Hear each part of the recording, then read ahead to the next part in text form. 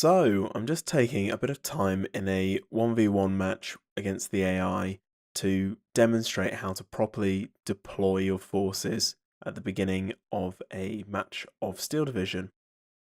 So, the most competitive and common format we'll see in Steel Division, and the one that this tutorial series will focus on, is Conquest. And that's where the map is divided in two halves at the beginning of the game, and you use your forces to push into the enemy's half of the map. And the more of the map you hold, the bigger a points tick rate that you get. And the first one to 2,500 points within the time limit of the match wins, or the person who ends the match on the higher point wins. So, of course, our objective is to get to the center of the map in the opening phase of the game, or even up to the enemy side of the map as well. Now, the way we disposition our forces, and whether we just look to hold our side of the map or actually actively push into the enemy side of the map,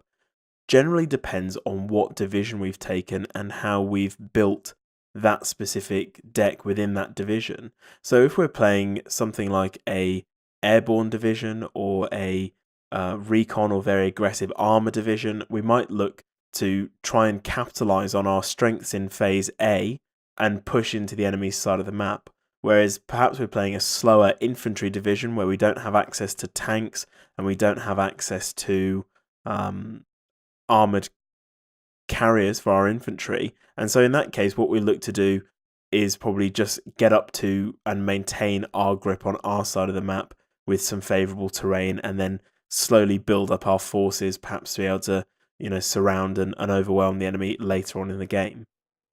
So the thing we want to take notice of is, first of all, the roads that lead to the centre of the map,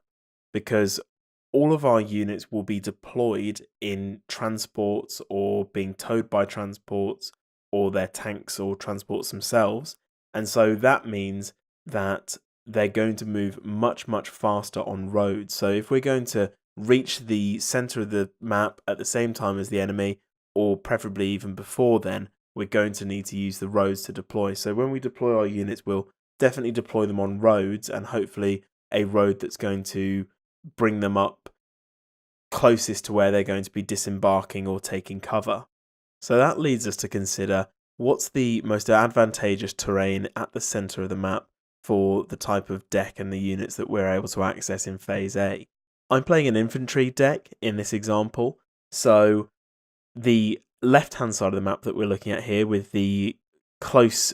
groups of forest and bocage and the orchards that they're going to be able to move through, is probably the best place for me to deploy the bulk of my forces. The rest of the area where there's open terrain that's going to favour vehicle pushes, I need to probably cover with some anti-tank guns and make sure I've got ample reconnaissance over there.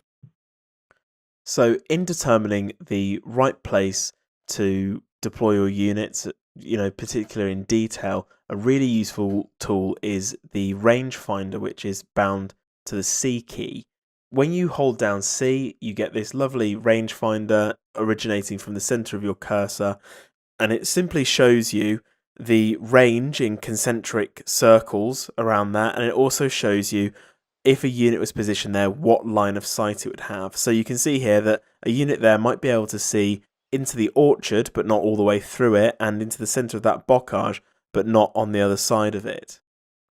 So looking at this right side of the map, which is an area of potential weakness for my deck, I'm going to be able to have a look at the terrain and weigh up the options it presents, and use the rangefinder to find the best places to spot my unit. So if I want to cover this with an anti-tank gun and some reconnaissance, that hedge over on the left, or the one that I looked at previously, looked like a pretty good spot. And the forward hedge there would probably be a great spot for some recon. So the recon would have a good, nice, long field of view, and the anti-tank gun behind it would have a clear field of fire that worked well with its range of its actual gun.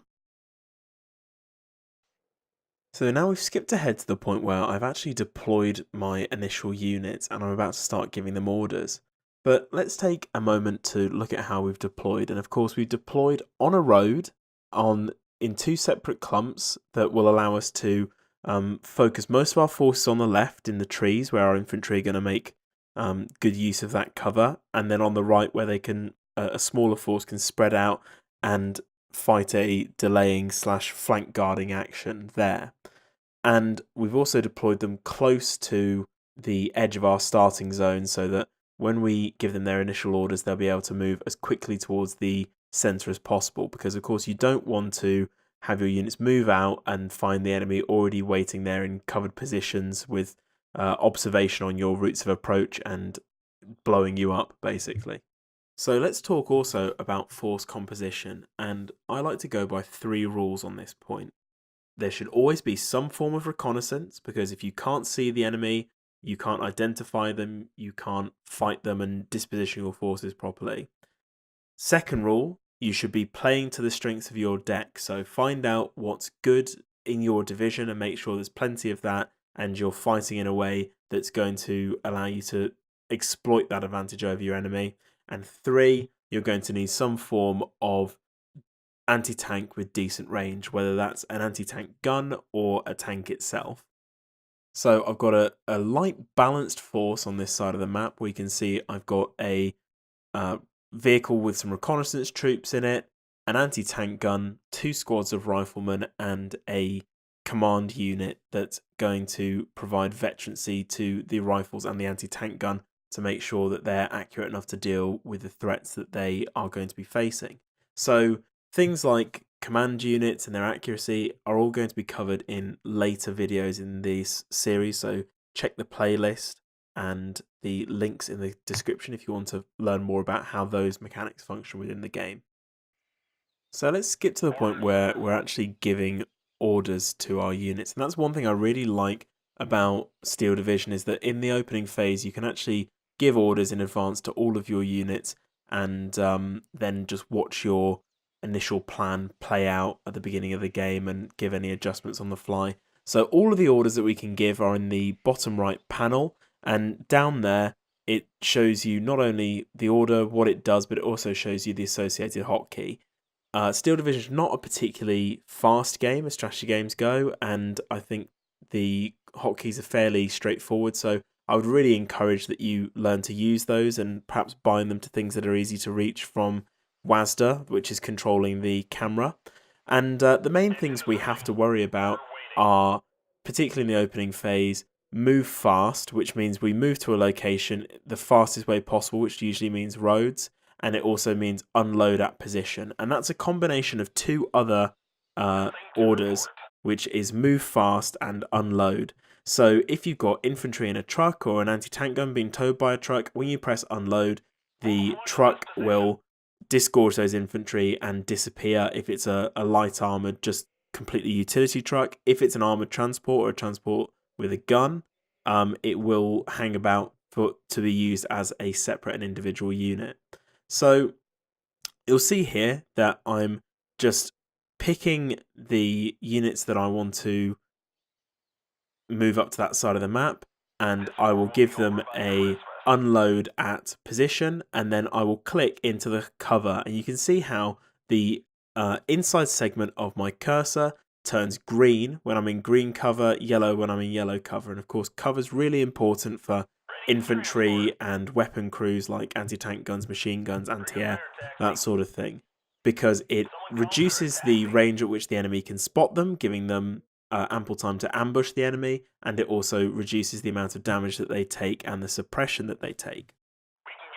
So having looked at all of the areas that we would like to deploy to, we select all our different spots, and then we can select our units and hold down shift to actually see where those orders are taking them, and the different order colours show what's going on there. So that sort of limey green is unload at position. So by surveying the area, we've picked some nice pieces of cover, and we've told all of our individual units that where they're going to go and what they're going to do.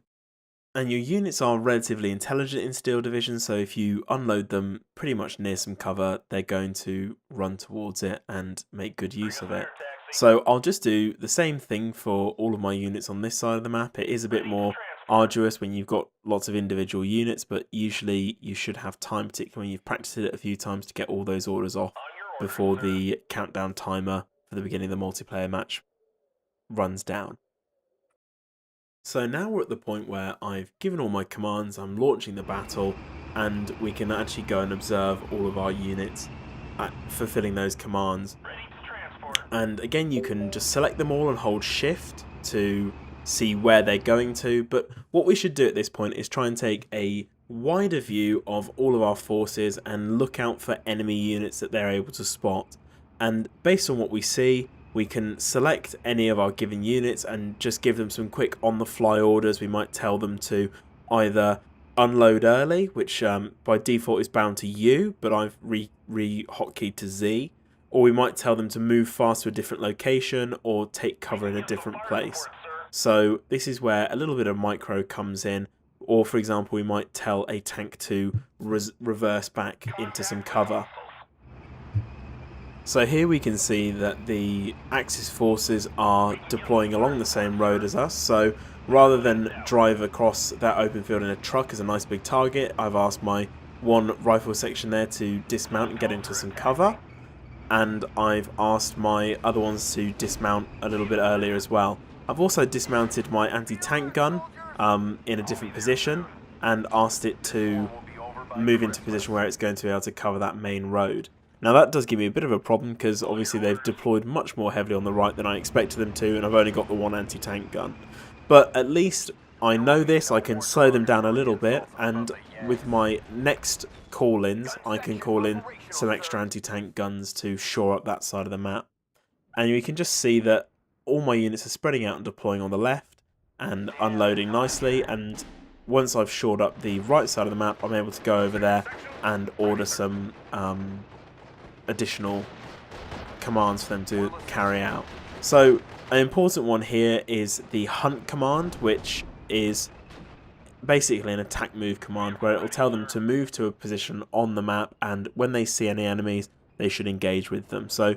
when you're moving units where they're likely to come into enemy contact or moving into any terrain at all, or any area that hasn't really been reconnoitred and you can't guarantee it's safe, unless you're asking them very specifically to move and disregard the enemy to reach cover quickly, you want to order a hunt command so that they're not going to be caught out in a position where they're not firing at the enemy and the enemy is in a calm and ready state to just be able to constantly pound on them. So you can see my next stage is I've taken some heavy losses on the right, so I'll use my next set of call-ins that I get from my points ticker in the top left to shore up the right side, and to balance up the front line I'm going to use my heavy deployment of concentrated forces on the left to push onto that side of the map and make sure that the enemy doesn't get an early points lead on me.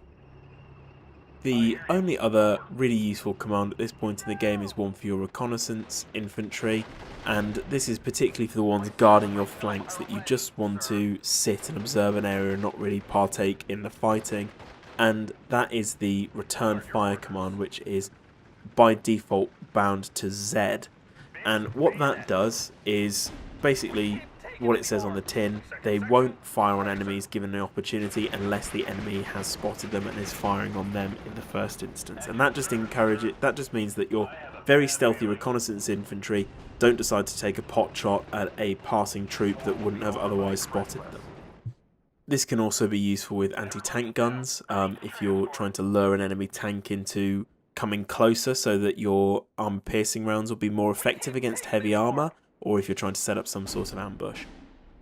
So that covers a general guide to how to deploy your forces at the beginning of the game and set yourself up for a successful rest of the match. Now, obviously, this is a general guide, so it's going to really depend on the type of units that you've got on your deck and playing to your strength. The best tool to decide what to do is A, observing what sort of cover you have, and B, using the Rangefinder. So try to remember what range your weapons have for your various infantry and armoured vehicle teams, and try to pick places where they're going to be able to engage at effective ranges. So I'm using infantry at the moment, but a good example might be if I was using the Schnell division on the Axis side, and I had some of my Panzer II Lux light tanks. they've got autocannons that are very good against armor, but only in close quarters. If I pick spaces where I'm going to be engaging out at say 500 to 1,000 meters, they are really going to suffer at penetrating any armor particularly well, and probably be picked off by something with a more conventional cannon. However, if I pick some nice tight corners like a city or a hedgerow that limits visibility down to sort of 400 meters, then suddenly they're going to be able to fire on enemy armor much quicker, cause criticals and knock them out much more easily. So know your deck well and observe the terrain, look at the ranges you're going to be working at, and use that to pick your deployment. And then of course just give a sensible set of orders and adjust on the fly. And don't worry if you take losses on one side of the map, particularly if the main strength of your force remains on the other side of the map and you can take some more ground off them to balance up the losses that you've taken elsewhere, as I have done here. So that's all from this video, guys. If you found it useful and you'd like to see more of this kind of content, please help the channel grow, drop me a like, share it with somebody else who might find it useful. I'm going to be doing a full playlist of videos like this that will just make it easier for people either returning to or coming to Steel Division for the first time to pick up the unique mechanics in this game and hopefully make it a bit of a softer landing for you. So check the links in the description of this video to the playlist and other useful resources. I've been the Discerning Gamer. Thanks very much for watching. Until next time.